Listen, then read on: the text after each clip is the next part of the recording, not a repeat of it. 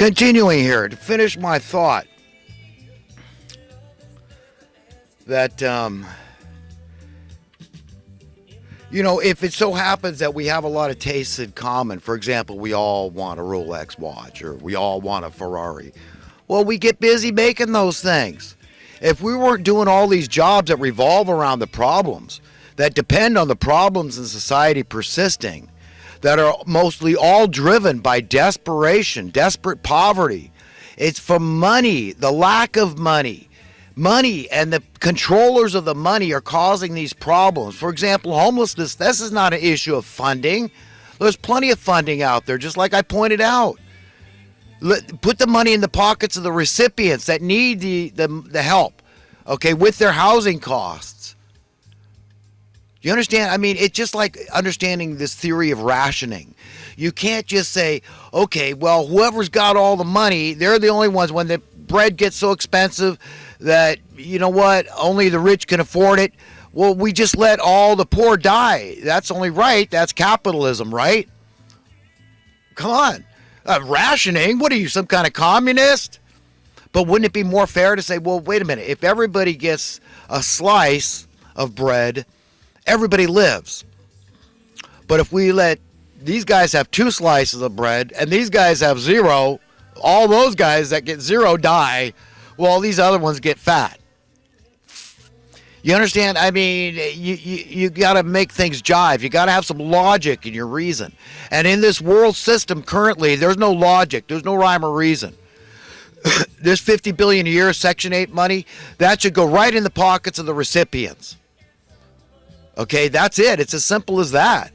You know, people say, oh, well, with all the fraud, all the welfare fraud, we have to oversee all these welfare recipients. Did you know that they've done tests, they've done research, and see how many American people, I can't speak for other nations, I saw this in a documentary here in America. 90+% of the people that had an opportunity to steal something and get away with it did not do it. It's like carrying keys. Because 1 in 100 or maybe even 1,000 people would dare enter your home or your car. Now we all have to walk around with a pocket full of keys, and that's just accept it. That's just the way it is, right? When the vast majority of us wouldn't do it. So we're all subjugated to the criminals that run the show. We all have to conform and comply to some degree and feed this beastly system. It's evil. You got to get that at least. Understand, the problem is not funding with a problem like homelessness. It is evil. Evil is the problem. If people weren't suffering and dying unnecessarily out in the cold, they'll say it's necessary because it's capitalism. Whatever the market will bear. Really, when it comes to essential human needs, whatever the market will bear, and if there's ever a shortage of something, we just let those that can afford it have it and let everybody else perish. Otherwise, you're a communist, you're a socialist, you're a bleeding heart liberal because you believe in logic and reason and saying, well, if we ration it, everybody gets to live. You understand? We'd fix things fast if these problems affected people across the board, but they're exclusive.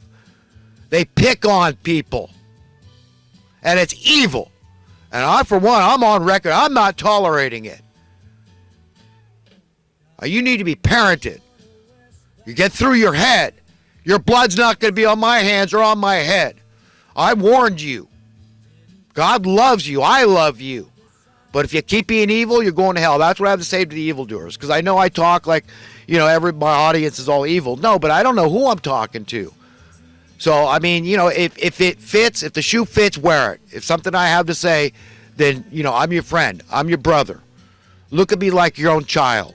Have a tender, soft heart toward me. Because that's what I have toward you. I mean, all these evildoers.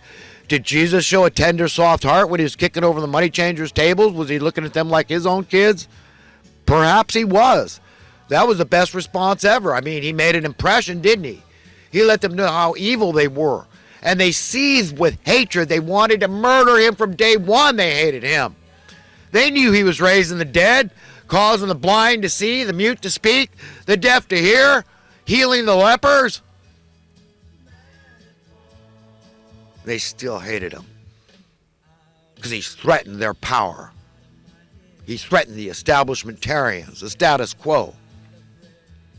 the religious authorities, the kings and queens of the earth. And that's how the righteous are today. And that you could be certain you're hated by the powers that be, because they're completely possessed by demons. They don't care about conscience, integrity, honor. What are these people? What's in their minds? I don't know. Do they think they're just not going to exist? There's not going to be any judgment day?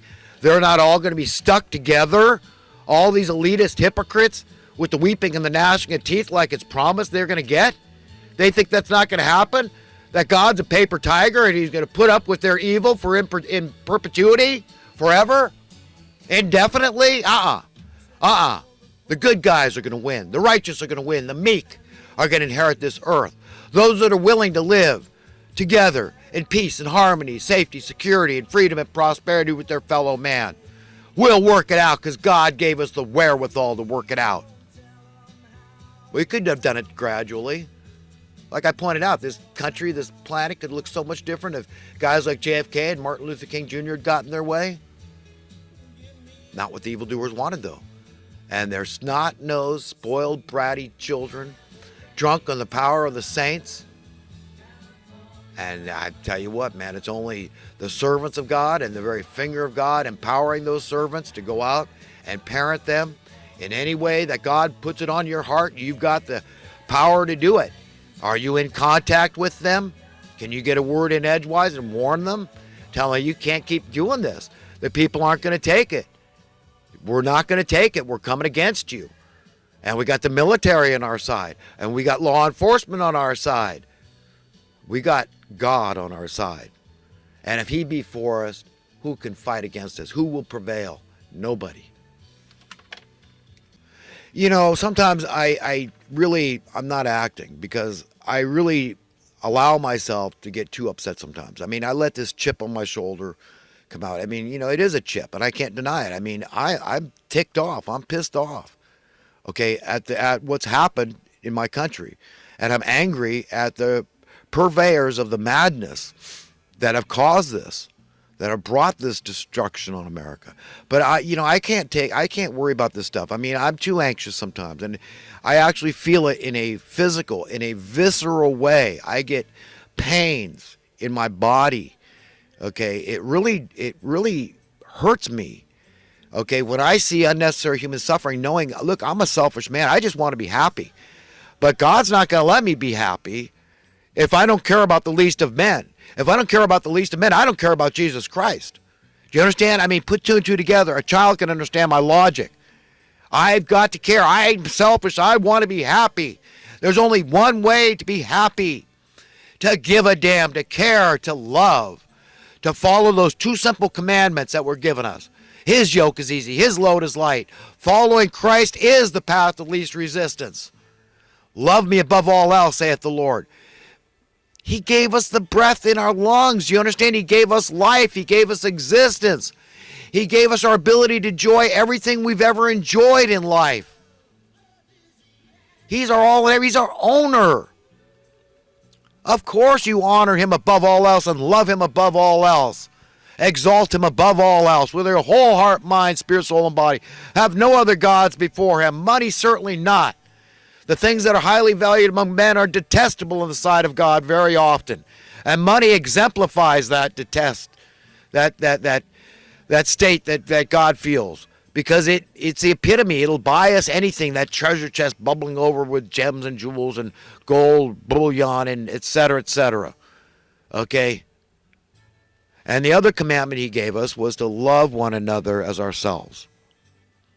Treat others the way you want to be treated. A child can understand those commandments. We're all without excuse for not following those. If we did that, all the other laws of men would fall into place. That all the laws that made any sense would fall into place if we could just do that. That's it. That's all we have to do. His yoke is easy, his load is light. That is the path of least resistance. But we can't even seem to do that. You understand? Certainly the people that are running the show aren't. And there's no law of man that says you must follow the golden rule. Treat others the way you want to be treated. So all these people involved in business of one sort or another, they don't care. They're cutthroat in their business practices. It's illegal to God. You're breaking the commandments Christ gave us.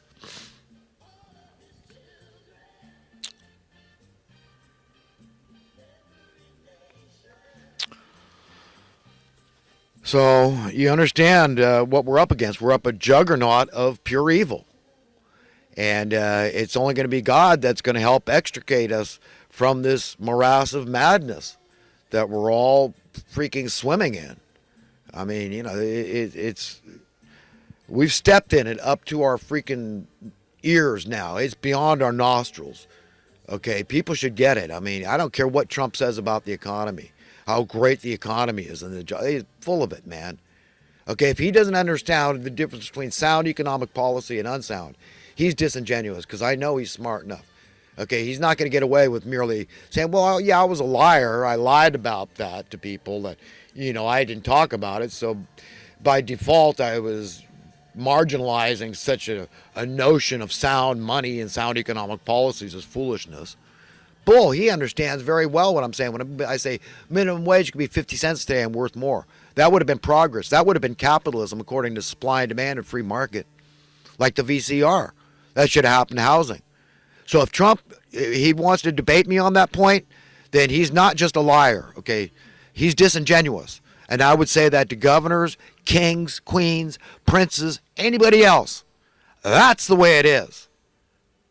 That would set the captives free, gradually, incrementally, slowly, as your currency kept going up in worth. You see the writing on the wall. Put two and two together. You see where that leads? A child can understand basic economic principles like supply and demand, like free market. Means no government interference. No. You certainly don't protect the criminals. If you're going to protect anyone, you protect the little guy, the productive class, the blue-collar working class man, all that unskilled labor out there whose jobs are imperative to the welfare of society. No, you can BS the whole world, including yourself. And, in my estimation, we're all born masters of self-deceit. So it doesn't surprise me at all that these evildoers are able to deceive themselves. They're delusional. Of course they are, obviously. But you're sure not deceiving me, man. I'm paying attention. So you understand fundamentally why it is an anathema to solve problems in society for the evildoers. They don't want the problem solved. And the biggest problem they've got to keep intact is desperate poverty. This is how they control us. Fear. You understand? It's like they got a fear gauge and they can turn it up at will by making unsound economic policies which fall on the backs of the poor first. You understand? It hurts them. You get how this works? And then they say, oh, well, these poor, dumb, lazy, unskilled people, they create the need for the social welfare industry, so they set up the social welfare industry. All these jobs, I mean, how many, millions of jobs and social workers are very nice people, cream of the crop, out there caring about the welfare of their fellow human beings, right? Noble characters, right? Yet, you understand, the problems keep getting worse with this industry in place. So this is job security. So at some point, even charities, okay, who depend on the problem, like Habitat for Humanity. I remember talking to the lady at the Habitat Humanity local, and she said, well, I wouldn't want everybody to get housed because then she'd be out of a job. She's an administrator, so she's working for a charity, but she's paid. While, the vast majority of people at Habitat for Humanity are working for free, giving their labor away for free. Why don't they enlist the homeless to help build houses? These people would be glad to do it. They would love to contribute. It's natural to want to contribute. When somebody's helping you out, you want to give back. Okay? That's a godly instinct in a man.